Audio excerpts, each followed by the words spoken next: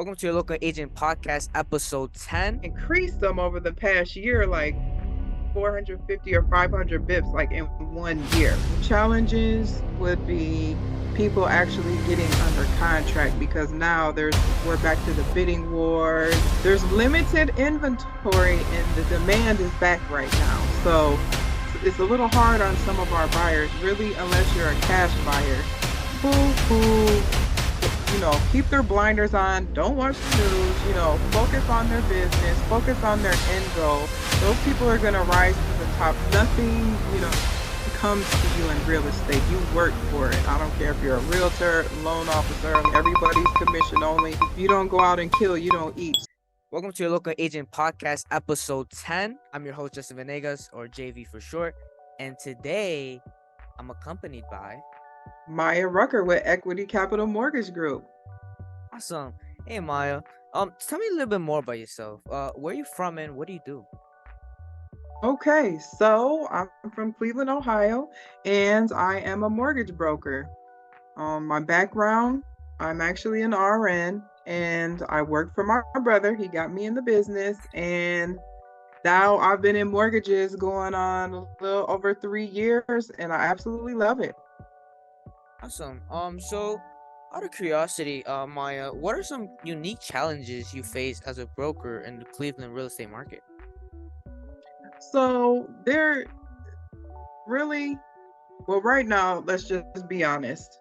Interest rates are a little bit higher, and everybody is scared of purchasing right now because rates are higher because they got used to rates being in the 2s and 3s.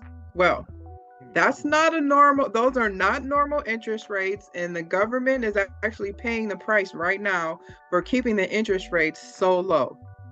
So that's why they increased them over the past year, like 450 or 500 bips, like in 1 year, which is huge, due to our increasing inflation. So one thing, last year was a little rough, but people really weren't really buying as much last year. But now that they see rates aren't going down anytime soon, those people are back and everybody's out to buy right now. So challenges would be people actually getting under contract because now we're back to the bidding wars and people paying over for houses. I have quite a few people that are pre-approved that are, having a little trouble getting under contract, and it's nothing that they can really do about it. Wow. So it's just the seller's market at this point. Yes. There's limited inventory and the demand is back right now. So thing for everyone, but it's a little hard on some of our buyers, really, unless you're a cash buyer. It's harder on everyone else. Yeah, cash buyers really take the spot. Told the same thing with my previous podcast. It's just cash buyers really are the ones that are taking all the deals. Yes. Because who wouldn't take cash? Who wouldn't take upfront cash? Yeah. Cash is king. Who wouldn't take upfront cash? Yeah. Well, would you say that there's been an increased competition among real estate agents as well, trying to sell these deals to the right people or try to find more buyers in this market? This is definitely a competitive market, but here's the thing. People who, keep their blinders on, don't watch the news, focus on their business, focus on their end goal. Those people are going to rise to the top right now because there are still people out there complaining about, oh, I can't find business, or, oh, woe is me type of situations. The agents and loan officers, mortgage people, the people who are still hitting the pavement and not letting the rest of the world affect them, they're going to rise to the top because, they're predicting rates to go down maybe this year, maybe by the end of the year or beginning of next year. So we are going to go back to a normal market. It's just a matter of time. And then the people that have been out here during the hard time where everybody sees them out and about and, that they didn't let what's happening around them affect them, they're going to be the ones on top. So it's definitely a hustle. It's a hustle, and nothing, comes to you in real estate. You work for it. I don't care if you're a realtor, loan officer, like everybody's commission only. If you don't go out and kill, you don't eat. So, Yeah, this is actually the second time I've heard that. Is that in this industry you don't eat until you sell.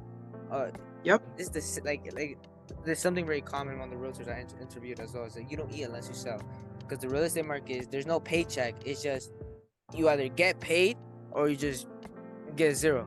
You get nothing. yeah, yeah, Wow. yeah. And that was hard for me in the beginning, because when you first start off, it's going to take a while to get out there, start getting some deals going. And then, like, just because I pre-approve somebody doesn't mean like I'll get paid for that. I'm not going to get paid for them until they actually close their loan. And that usually takes maybe a month. It depends on the client. But for the most part, the client takes usually maybe 30 days, maybe 2 months. I've even had some people they've taken like almost a year. So yeah, it's definitely hard, but if you work hard, if you're a hustler, real estate is for you. I wish I would have found out about it before now, honestly. Well, fortune favors the brave. That's fortune favors the brave. Um, Yes. have you ever had a personal experiences dealing with inventory shortages in your market? Have you ever had the experience? Like, how have you dealt with that? How have you dealt with the client who's looking for property but they kept getting over asking for price? Yeah. So what I do is I make my client competitive to cash. And we have a special program called Fast Pass where we are able to close a loan in 2 weeks. So if you're conventional FHA, VA, USDA, we can literally close a loan in 2 weeks. And I get them in that program. So when they go out and shop, and they put an offer in, there are no loan contingencies, and they can close in 2 weeks, which is pretty much similar to cash. So that's how I've been helping my buyers. I put them in our special program, Fast Pass, and just get them back out there. And when they're putting their offers in, like I've had a FHA buyer beat out a conventional offer, and then I've also had a conventional buyer beat out a cash offer because the seller didn't want a investment company to get the property. They wanted a family to get it. So Ah, and they can close in 2 weeks like the cash, but it was just a conventional loan. wow. You outperformed a cash offer. It's Yes. pretty neat. Pretty neat. Yes. Um, moving on is how do you adapt to the digital transformation in the real estate industry? And if you have like if you try to adapt to like on social media and all of that stuff, what challenges have you faced in the process so far? So I'm a little bit older, so my challenges is learning the technology.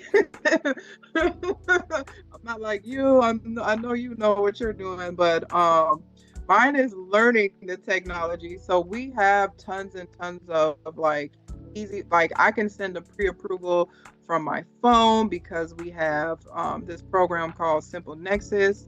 I'm able to send an application, right? I can text somebody an application. So it's me learning that part. But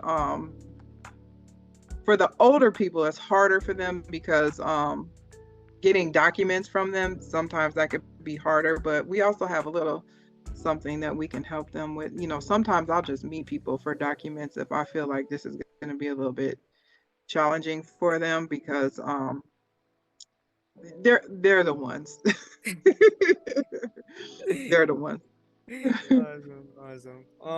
Now, Maya, in this podcast, I like to do little game shows, and this is just for me to know you better and just have a little fun, right?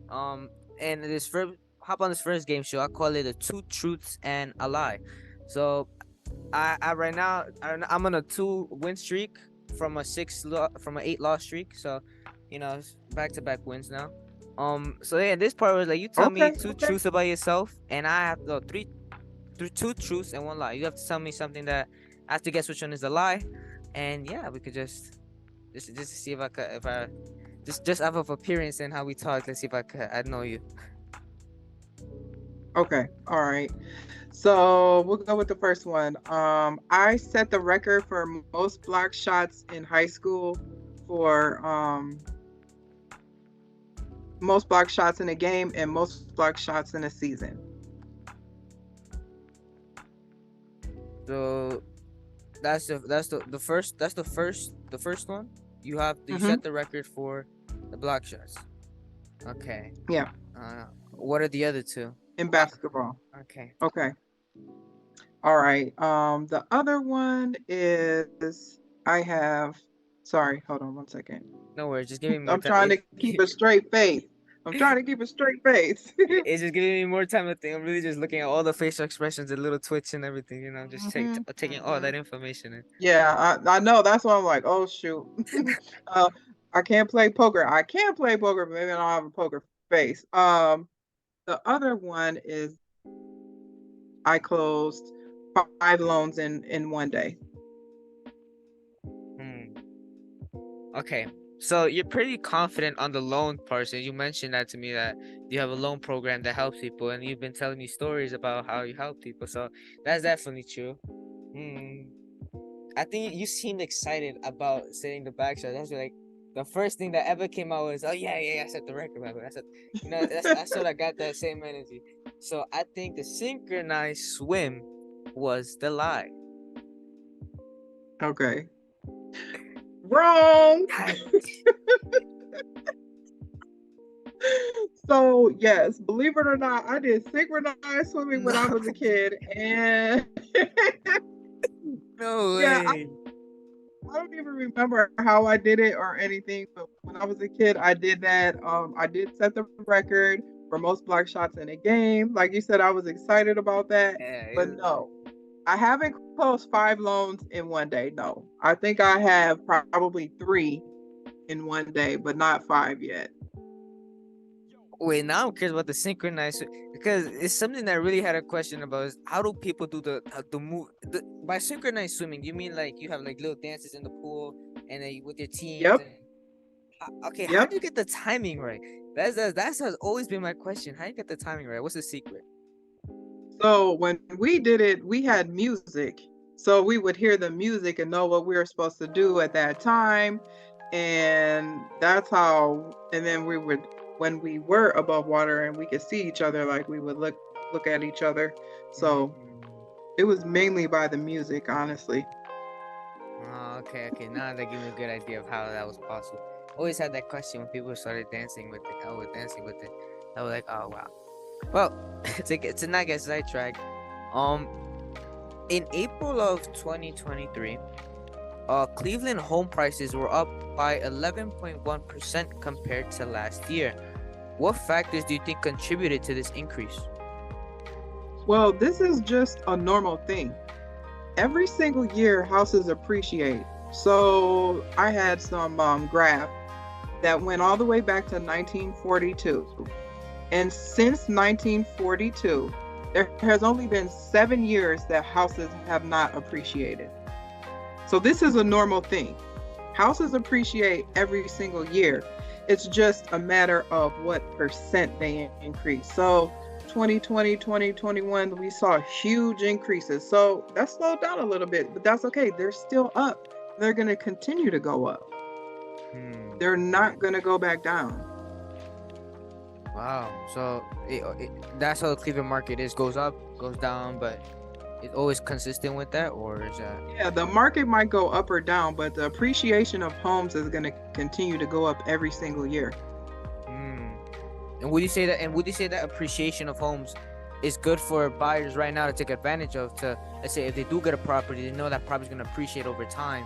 So when the market is like now, where it's like high demand, low inventory, they could sell at a higher price. Yes. And so this is my spiel for people that, want to rent. You're literally paying this money per month and When you're done with your lease, you might get what, your first month rent deposit and or whatever. You get that back. Well, here's the thing. When you own a home, you'll be paying probably the same amount or maybe a little bit more, but you'll be paying down your mortgage. Okay? So let's say you purchased a house at 150. All Mm-hmm. right, let's say 5 years down the line, that house is going to appreciate every year. Let's just say 5 years down the line, the house appreciates to 200,000. Okay. Time you're paying on your mortgage payment every single month, and that's decreasing the amount of loan you owe. So let's say in 5 years, instead of owing 150, now you owe 100. So you owe 100 and your house is now worth 200,000. You have $100,000 in equity. Now that can either you just keep it, or you might want to withdraw some of it, or you know what, you might have gotten a better job, you're ready to get a bigger house. You can take half of that, put it down on your new home and cash out the rest, or put all of it down on your new home and not owe as much, but you have a bigger house. Like, having equity in home ownership is a game changer, and it helps build financial stability. It helps with financial growth, and you can definitely pass this on to family members as well. Mm. Yeah, generational wealth. Generational wealth Yep. is That's the word I was looking for. I couldn't, it wasn't coming to me. That's yeah. exactly what I was trying to say. Yes. It's generational wealth. It's really amazing with that It's like the possibility you could like a broker previously said is like you could never lose in real estate.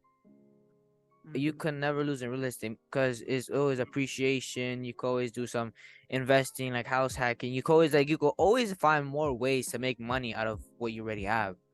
Um, Exactly. Exactly. You said house hacking. Your first house can be a duplex. You get somebody in the other side and rent it out, and literally you're not paying your mortgage. You're living rent free. that's the secret. Um, and 99% of millionaires own real estate. So there's something to that. That's not just, people, everybody wants to get involved in real estate. No, people do because of the equity and what you can do. And like, I work with tons and tons of investors as well. That's a whole other ball game. Like, Mm. investors, they own portfolios, they own tons of properties. If they want to scale up, they can take a like blanket loan and get some of that equity out of those houses, take that money and buy a building. They might want to buy a 10 unit, they might want to buy a 50 unit, they might want to buy a 150 unit apartment building. But that's how you scale up with investing, is with the equity in the investment properties. Mm. Have you seen that sort of? You mentioned you working with investors. Is that like Do you like in your broker? Since you as a broker, how much of people of who are originally do you turn home buyers into investors? Like, do you recommend home buyers that you see be like, hey, I know you done this may be the dream house for you, right? But what if this property could make you profit, right? What if you could live rent free? Do you sort of give those of like pieces of advice to home buyers like when they buy a home or nah? Yeah, it just depends on the buyer. Like, you know, a lot of people, like especially in healthcare, like I'm an RN. A lot of people in healthcare make a good amount of money, and the 401ks are not doing that well right now. But what will appreciate and make the money is real estate. So a lot of them are investing in real estate now. So it really just depends on the person. If it's a family, like, and they're interested in it, like, I'll talk to them. I'll talk to anybody about it. But it just really depends, because like, people who are in real estate and own multiple properties, like, you have got to be ready for a roller coaster. Mm, Like, there's a lot that comes with it, but there's a lot of the pros outweigh the cons. So it just really depends on the person, honestly. mm, true. Yeah, true. So, how do you see the Cleveland housing market evolving in the coming years? Do you expect it to become a buyer's market eventually, or is it just going to stay a seller's market for now? Well, here's the thing. If we continue to have limited inventory, it's going to stay a seller's market. And the demand is there. I forgot, the exact, I don't know, the exact numbers, but there was a study that was done like 5 years ago, and like compared to the amount of inventory they had 5 years ago versus now, like it's so small. So if the limited inventory continues, then there's gonna definitely continue to be a seller's market. But we'll see. Like honestly, the government is controlling the market right now. Um, so depending on what decisions they make, because they've been making a whole lot of bad ones, um, will really be, how our future goes with that. But I don't see it slowing down. Cleveland's like number two on Zillow on places to purchase homes because it's so affordable. And we have investors from all over the country trying to buy up Cleveland, literally. Hmm. Okay. Okay. Interesting. I'll jot that down to know my notebook right here. I just have a little update on that. So before we get into our last segment, we're gonna get into our little final game. It's just three trivia questions, just to see how well you know your Cleveland market. Oh, Um, Lord. I might get them all wrong. We'll see. we'll see. We'll see. Coming into the first question, which famous Cleveland landmark is known for its collection of rock and roll memorabilia? So there's A, the Cleveland Museum of Art, the Great Lakes Science Center. I mean, okay, this is gonna be pretty obvious. The Rock and Roll Hall of Fame and the West Side Okay. Market. Rock and Roll Hall of Fame. Now that one I didn't need A, B, C, or D. I knew that one. Okay, okay. I mean, it was pretty obvious. Now, okay, one for three. Just one for three so far. Now, which of the following is a popular neighborhood in Cleveland known for its historic architecture and vibrant arts scene? Let me know if you need the A through D or if you know the answer by heart. Yeah, I need A through D on this one. Okay, so there's There's A, a Tremont. few. Okay. There's B, Ohio City. Mm, There is C, Little Italy. And there's D, University Circle. okay, I know it's either A or B. Um, I'm gonna go with A for Tremont because I actually do a Women Who Invest Real Estate event group, and I do it in Tremont, and it's at an art gallery. So I'm gonna go with A. Ding, ding, ding. Yeah, it's A. It's Yeah. A. It's A. It's A. Okay, two for two. Okay, two for two. Two for two. This one may be a little tricky. Maybe a little tricky. Okay. Cleveland is known for a particular type of sandwich that features a polished sausage, French fries, and coleslaw. What is the name of this sandwich? Okay, I already know that. That's the Polish boy. Damn. Yeah, Yeah. you know you're from Cleveland. Yeah, I was either gonna say I was either gonna be a Polish boy or a corned beef sandwich because a lot of people don't have corned beef sandwiches where they in other states. Really? I never. Yeah. There's no Polish boy here in New York, so I was like, sounds funny, but Oh sounds my gosh. like there's none of that here Yeah. in New York. Right here in None New of, York. so like you have to go to a barbecue spot. Like you're gonna go to a barbecue spot for that, yes. And they have a Polish sausage. They put the French fries, coleslaw, and then they put barbecue sauce over it all. It's Wow, you can't really eat it with your hands either. pretty messy. Yeah, Damn. yeah, it Now, is. It is. now, right here is the bacon, egg, and cheese. That's what's really renowned here in New York. It's just the bacon, egg, and cheese. I don't know why. Really? Yeah. Okay. Well, Now, that's good too. yes. The Polish boy. Funny name. Moving on. For the final segment, um, what are some key factors that make Cleveland an attractive market for real estate investors? So the key factor is the cash flow on the properties. They get more bang for their buck. If you live in New York, California, Florida, like Mm-mm. those, like you're not buying a property for less than 500,000, right? So how 800. much? 800 Oh property. shoot! 800 a property. Wow, wow, Yeah. wow.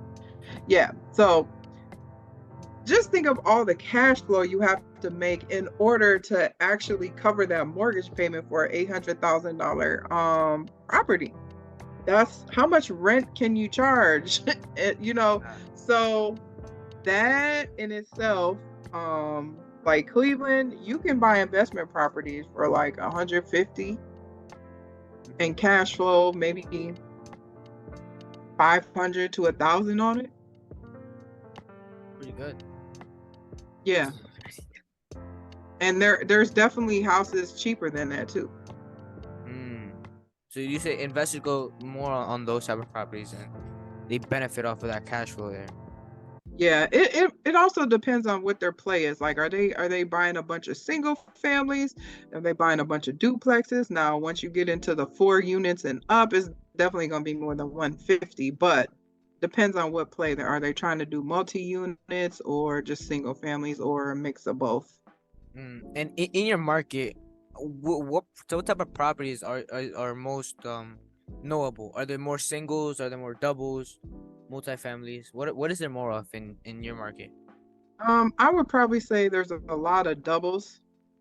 Oh, even better, even better. Yeah, there's a lot of doubles, but they're now um um, those are what everybody wants, at least a duplex and up. Like we have triplexes, fourplexes, um, and then some of them single families, like they cash flow good money too. So really, we have a mix of all, but I would say majority would probably be a double. Awesome. And what do you say are the medium home prices? I know you mentioned like the 180s, 150s, but what is the medium home prices in your area so far? And what is I the would sale to say list price ratio? I would say the median home price would be in the 250s. I would say between 180 and 250. That's the average home price in Cleveland. Um, and then what was the other one you said? It was a sale to list price ratio. What is like how much do people overpay on properties that are put like let's say there's a 150 property. How much do people put as an Yeah. overpayment to win the challenging or the bid bidding So process? so that does not happen in every city. It only happens in like the hot cities. So there's we have Parma right now. Parma's super hot. That's the west side of Cleveland. Um, Lakewood is hot. Um, Rocky River, like they're Solon, Ohio. Solon is there's a lot of cities that everybody wants to go to, mainly families because they want their kids to be in the good school areas, and where the land costs more, they're gonna overpay. But just regular Cleveland and like they're not gonna overpay. It's mainly the suburbs. Ah. And lastly, what advice would you give to someone looking to invest in the Cleveland real estate market, considering the current trends and challenges? So I would just give them the advice and call me. I have all the connections. Okay, my circle is huge. I have a huge investor um sphere. Mm-hmm. You know, we do investor friendly loans. We have private money, so those loans are basically where no income docs, no tax docs. Literally, as long as that property cash flows, like, and your credit's 700 and you can put 20% down, that's the deal. I can get you a mortgage. I don't look at your debt to income. I don't need to see your pay stubs. So, How about job history? contract. Huh? How about job history? No, that does not matter. Not with investor loans. Cool. We don't even count your income. Really? Jot that down. Yeah, it's called a DSCR loan. DSCR loan. Now, it's good for you to at least own one property and then, to show that you have history of being a landlord. But if not, they do have first time investors that can do the DSCR loan as well. You just need the funds, the assets, the credit, and it's like the property. The property has the cash flow. So we look at it as a 1:1 ratio. So the DSCR, we look at the monthly mortgage and then the monthly rent. So let's just say the mortgage was $1,000 and the rent was $1,000. That's the deal. As long as it's like 1:1, the rent will cover the mortgage, then that's pretty much a deal. Okay. So DSCR. Okay. Yes.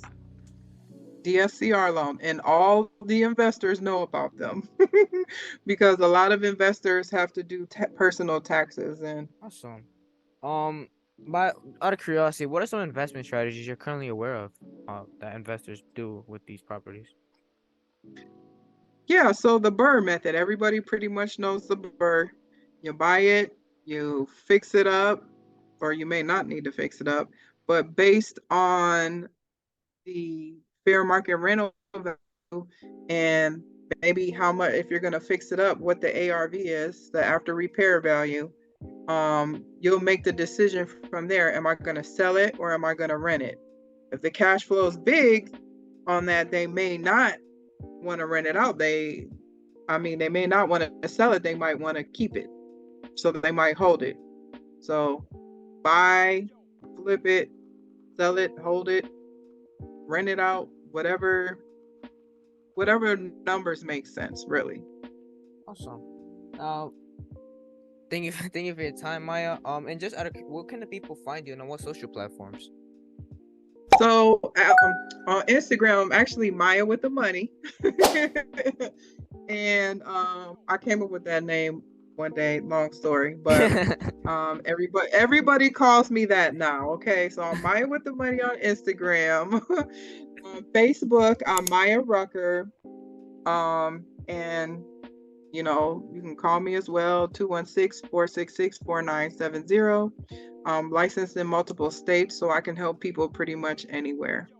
Awesome. And remember, guys, all the information on the broker, realtors, and investors will be everything is put always in the description below.